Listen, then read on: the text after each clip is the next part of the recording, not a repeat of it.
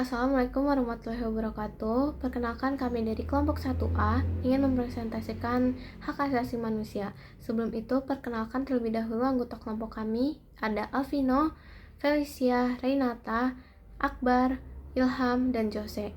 Langsung saja kita lanjut ke materinya. Yang pertama ada pengertian HAM. Hak asasi manusia atau HAM adalah hak-hak dasar yang melekat pada setiap individu sebagai manusia, diberikan oleh Tuhan Yang Maha Esa dan tidak dapat dicabut oleh siapapun.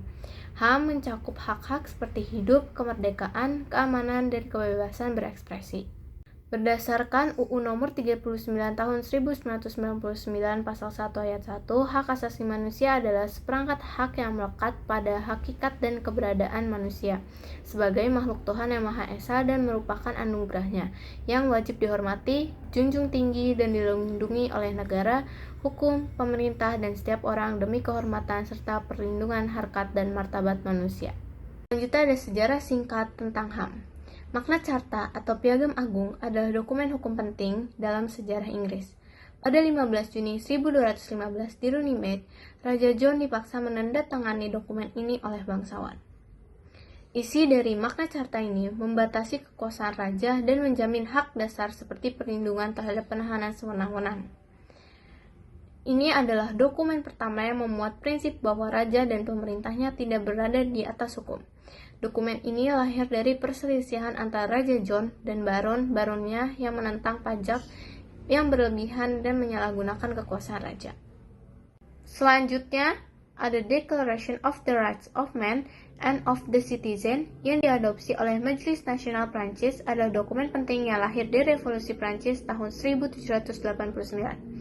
Dokumen ini menetapkan bahwa semua manusia dilahirkan bebas dan memiliki hak yang sama, seperti kebebasan, kepemilikan, keamanan, dan perlawanan terhadap penindasan.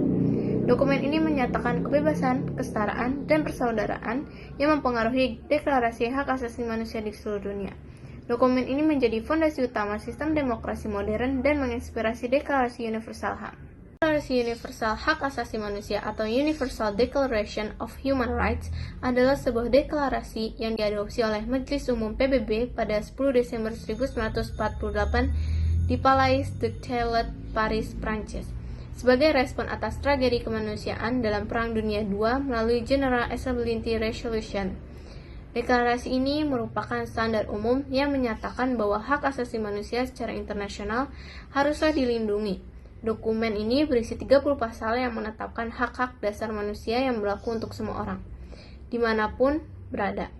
DUHAM menjadi dasar dari berbagai perjanjian HAM internasional dan konstitusi negara-negara di dunia, termasuk Indonesia. Oke, selanjutnya, 4 kebebasan atau Four Freedoms adalah pidato yang dibacakan Franklin D. Roosevelt di depan Dewan Perwakilan Rakyat Amerika Serikat pada 6 Januari 1941.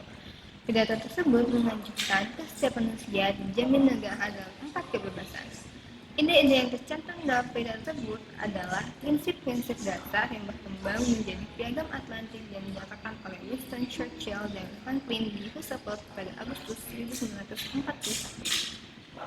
Deklarasi PBB pada tanggal 1 Januari 1942 dan Deklarasi Universal Hak Asasi Manusia yang diadopsi oleh PBB pada tahun 1948. Konsep 4 kebebasan ini menyatakan bahwa setiap orang di dunia berhak atas 4 jenis kebebasan dasar yang tidak boleh diganggu oleh siapapun. 4 kebebasan tersebut: 1.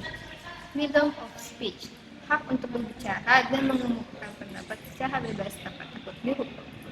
2. Freedom of worship, hak untuk memeluk dan menjalankan agama sesuai keyakinan masing-masing. Dan yang ketiga, freedom from want, hak untuk hidup layak, bebas dari kelaparan, kemiskinan, dan kekurangan kebutuhan dasar. Dan yang terakhir, keempat, freedom from fear, hak untuk hidup tanpa rasa takut akan kekerasan, penindasan, ataupun perang. Hak asasi manusia dibagi ke dalam beberapa jenis, bergantung pada aspek kehidupan yang dilindungi. Pembagian ini penting agar kita memahami bahwa hak asasi tidak hanya sosial kebebasan bicara, tetapi mencakup berbagai sisi kehidupan manusia. 1. Hak ekonomi, sosial, dan budaya. Hak ini berkaitan dengan kebutuhan dasar manusia agar bisa hidup layak dan sejahtera, Contohnya, hak atas pekerjaan yang layak, yaitu hak setiap orang untuk mendapatkan pekerjaan yang manusiawi dengan upah yang adil. Hak atas jaminan sosial, seperti akses terhadap layanan kesehatan atau pensiun. Hak atas pendidikan, hak yang memberi kesempatan bagi semua orang untuk berkembang dan berpartisipasi dalam masyarakat. Hak atas penghidupan yang layak, termasuk kebutuhan pokok seperti makanan, pakaian, dan tempat tinggal. Hak-hak ini sering menjadi sorotan dalam konteks kemiskinan, ketimpangan ekonomi, dan akses terhadap layanan publik. Yang kedua, hak sipil dan politik, civil and political rights. Hak ini terkait dengan kebebasan individu dan partisipasi dalam kehidupan bernegara. Contohnya, hak untuk hidup, hak yang paling dasar dan tidak boleh dilanggar dalam keadaan apapun. Hak atas kebebasan beragama dan beribadah, setiap orang bebas memilih dan menjalankan keyakinannya. Hak atas kebebasan berpendapat dan berekspresi, termasuk menyampaikan kritik, ide, dan informasi. Hak berkumpul dan berserikat, penting untuk demokrasi dan kehidupan organisasi. Hak atas perlindungan hukum yang adil dan setara. Semua orang yang berhak diadili secara adil tanpa diskriminasi. Hak-hak ini sangat penting dalam menjaga demokrasi dan melawan penindasan. Yang ketiga, hak kolektif, solidarity rights. Ini adalah hak yang dimiliki oleh kelompok atau masyarakat secara bersama-sama.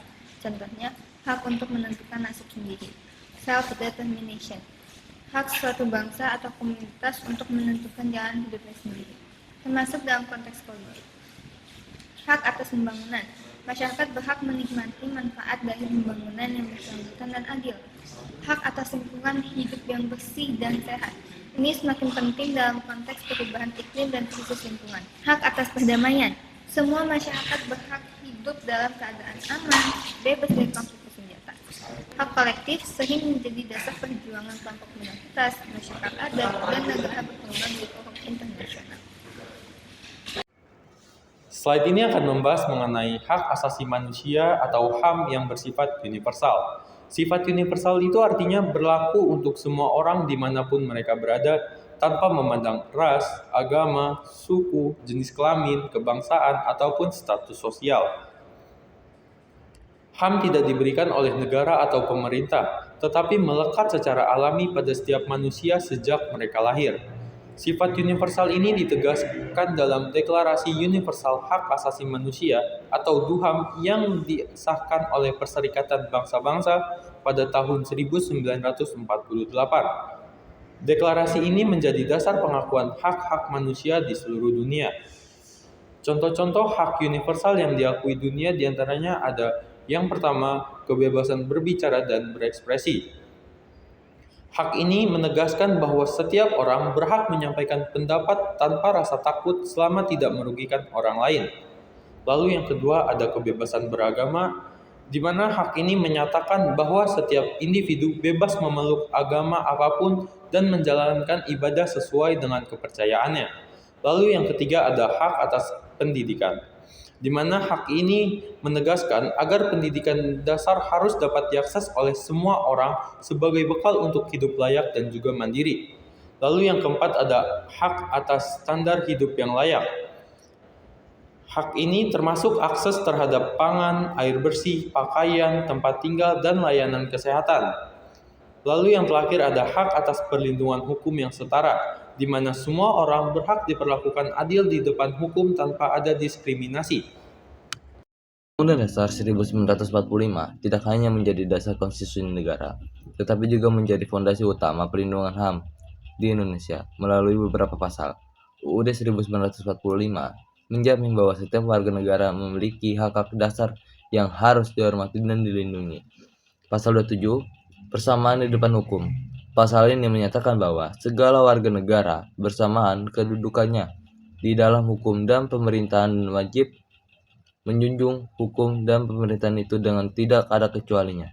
Artinya, tidak boleh ada diskriminasi baik orang kaya maupun miskin, pejabat maupun rakyat biasa. Semua memiliki hak dan kewajiban yang sama di depan hukum. Pasal 28A sampai Y, hak hidup, perlindungan diri, pendidikan, informasi. Serangkaian pasal ini dikenal sebagai pasal HAM karena mencakup hampir semua hak dasar manusia. Hak hidup 28A, hak berkeluarga 28B, hak kebebasan berpendapat, beragama, dan berserikat 28E, hak atas informasi dan pendidikan 28C, perlindungan dari perlakuan diskriminatif dan hak atas keadilan hukum 28D sampai 28I, batasan HAM demi ketertiban dan moral publik 28C. Ini menunjukkan bahwa negara tidak hanya menghormati HAM, tapi juga memberikan kerangka untuk menjaganya dan agar tetap seimbang. Pasal 31 sampai 34, hak atas kebudayaan, ekonomi, dan jaminan sosial. Pasal-pasal ini menjamin akses pendidikan bagi semua warga negara, pengembangan budaya nasional, perlindungan sosial untuk masyarakat miskin, pelayanan kesehatan dan kesejahteraan bagi seluruh rakyat. Ini membuktikan bahwa HAM tidak hanya tentang kebebasan, tetapi juga tentang akses dan kesejahteraan hidup. Jadi, bisa kita lihat, UUD 1945 tidak hanya menjadi dasar negara, tapi juga menjadi pelindung utama martabat dan hak setiap warga negara Indonesia. Tragedi Trisakti adalah peristiwa tragis yang terjadi pada tanggal 12 Mei 1998, di mana aparat keamanan menembaki mahasiswa Univ Trisakti yang tengah melakukan demonstrasi menuntut reformasi dan turunnya Soeharto dari jabatannya. Peristiwa ini menyebabkan tewasnya 4 mahasiswa dan luka-luka bagi banyak lainnya. Demonstrasi mahasiswa Univ Trisakti yang melibatkan ribuan orang, termasuk mahasiswa, dosen, dan staf, dimulai dari lapangan parkir kampus. Saat demonstrasi berlangsung, aparat keamanan melakukan penembakan terhadap para mahasiswa, menyebabkan tewasnya 4 dan puluhan orang lainnya terluka. 4 mahasiswa yang tewas adalah Elang Mulia Lesmana, Eri Ertanto, Hafidin Royan, dan Handriawan Syie. Tragedi Trisakti menjadi salah satu tragedi pelanggaran HAM yang signifikan dan terus diperjuangkan hingga saat ini. Tragedi ini dikategorikan sebagai pelanggaran HAM berat karena penggunaan kekuatan yang berlebihan oleh aparat negara terhadap warga sipil yang menyampaikan aspirasi secara damai. Selanjutnya pada slide ini, saya akan membahas Lembaga Perlindungan HAM.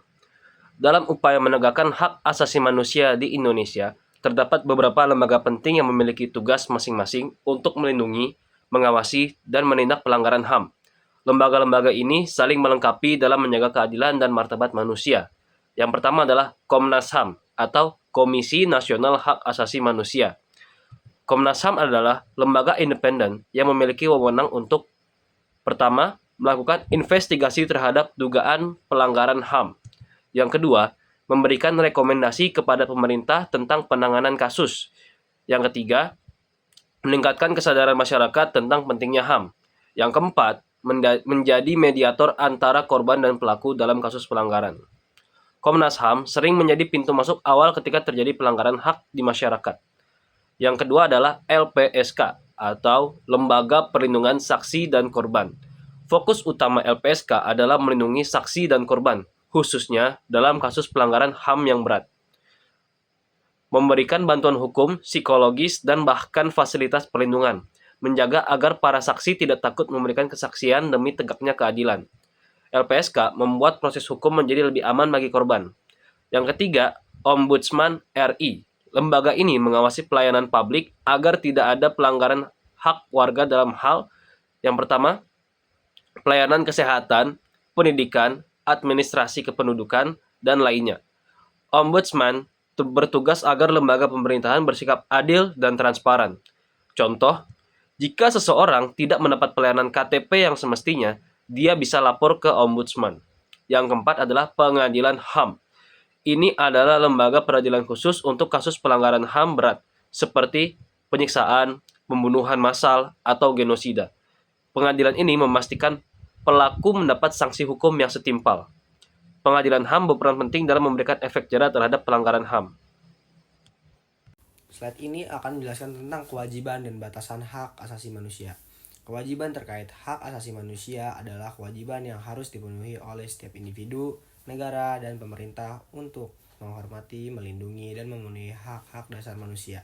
Sementara itu, batasan HAM adalah pembatasan yang sah yang dapat diterapkan terhadap hak-hak asasi dengan cara-cara tertentu untuk melindungi kepentingan publik dan hak-hak asasi orang lain. Pasal 28J Undang-Undang Dasar Negara Republik Indonesia tahun 1945 mengatur tentang kewajiban setiap orang untuk menghormati hak asasi manusia orang lain. Pasal ini memiliki 2 ayat yang masing-masing berbunyi. Ayat pertama, setiap orang wajib menghormati hak asasi manusia orang lain dalam tertib kehidupan bermasyarakat, berbangsa, dan bernegara. Ayat yang kedua, dalam menjalankan hak dan kebebasannya, setiap orang wajib tunduk kepada pembatasan yang ditetapkan dengan undang-undang dengan maksud semata-mata untuk menjamin pengakuan serta penghormatan atas hak dan kebebasan orang lain dan untuk memenuhi tuntutan yang adil sesuai dengan pertimbangan moral, nilai-nilai agama, keamanan, dan ketertiban umum dalam suatu masyarakat demokratis.